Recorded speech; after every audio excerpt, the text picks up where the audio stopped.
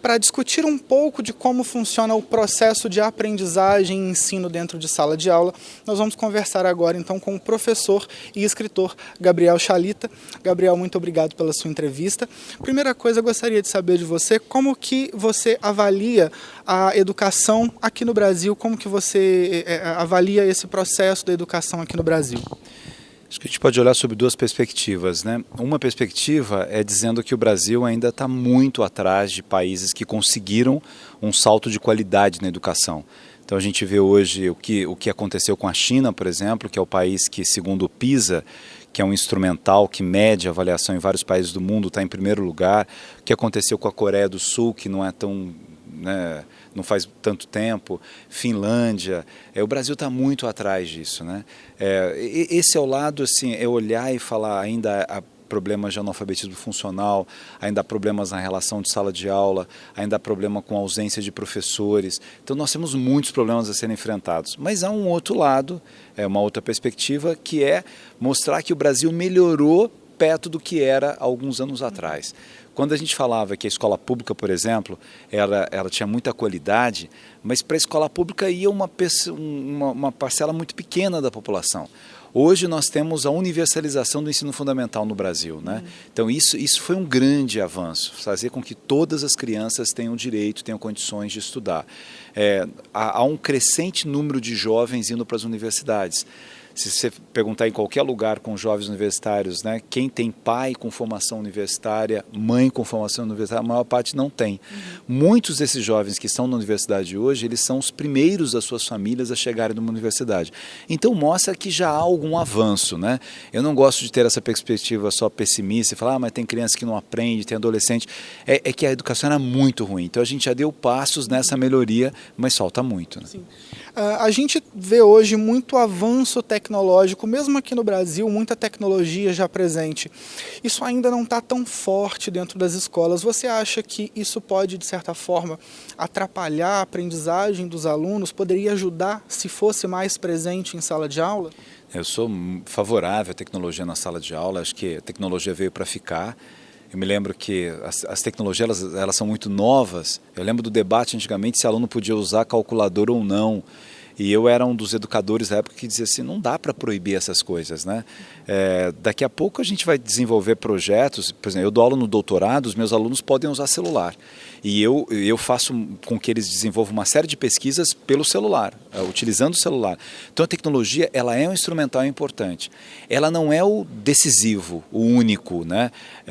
Na verdade, assim, o aluno, ele precisa de gente, ele precisa do professor. Então a tecnologia ela não veio para substituir o professor. A tecnologia ela veio para ser um instrumental para que o professor possa ajudar o aluno a se transformar num pesquisador. E aí é fundamental que o professor ajude o aluno a ter senso crítico, porque nesse mundo informacional, nessa rede fantástica de pesquisas, há muitas coisas corretas e muitas coisas que não são tão corretas. E o aluno precisa ter esse senso crítico. Então é muito bom você trabalhar com a tecnologia, mas computador não tem alma. E o aluno continua precisando de alguém que tenha alma. E aproveitando esse gancho do que você falou agora, das experiências suas como professor em sala de aula, de que maneira os professores podem fazer para conseguir melhorar esse processo de ensino e de aprendizagem dentro de sala? Acho que a primeira coisa para ser um professor que consiga ter êxito na sala de aula, ele tem que gostar de ser professor, tem que gostar. Você tem que gostar dessa relação de professor e aluno, você tem que gostar desse processo, né, da convivência, você tem que ter uma curiosidade fremente para buscar novas formas de dar aula.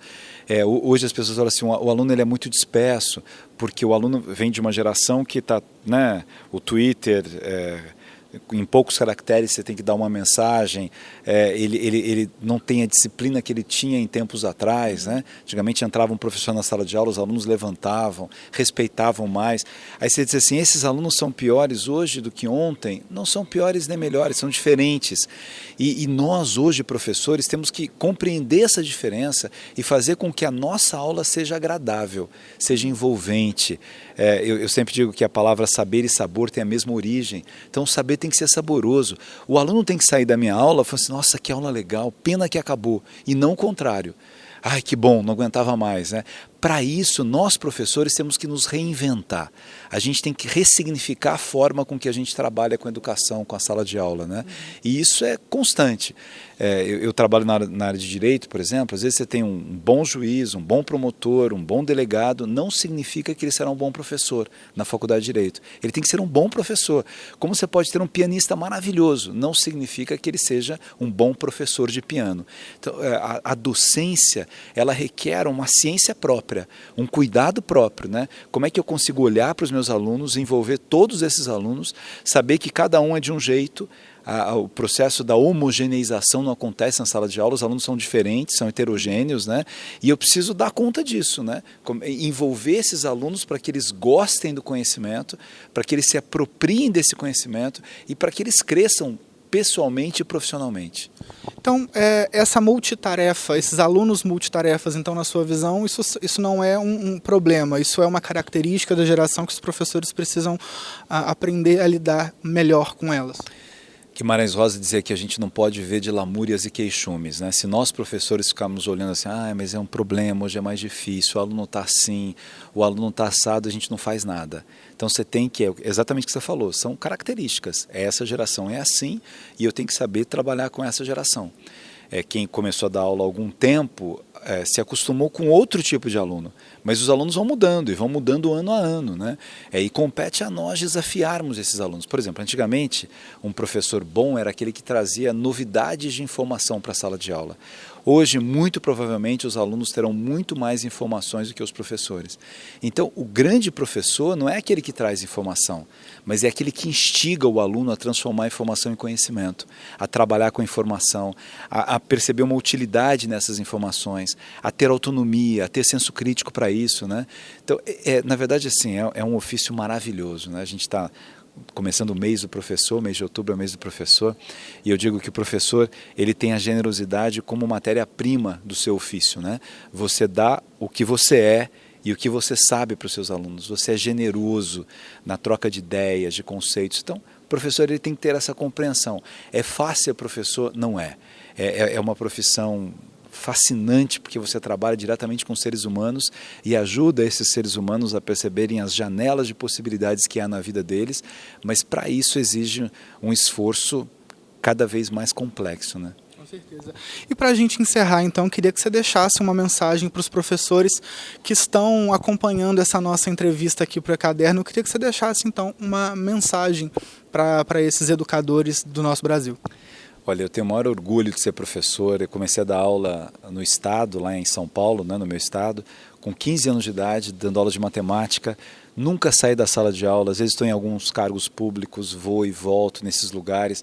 Eu digo que eu não me vejo político com 70 anos, 80 anos, mas eu me vejo professor, né? Se Deus me der o dom da longevidade com 80, com 90 anos, porque é muito bom você entrar numa sala de aula e ter a convicção de que você pode mudar a vida daqueles alunos.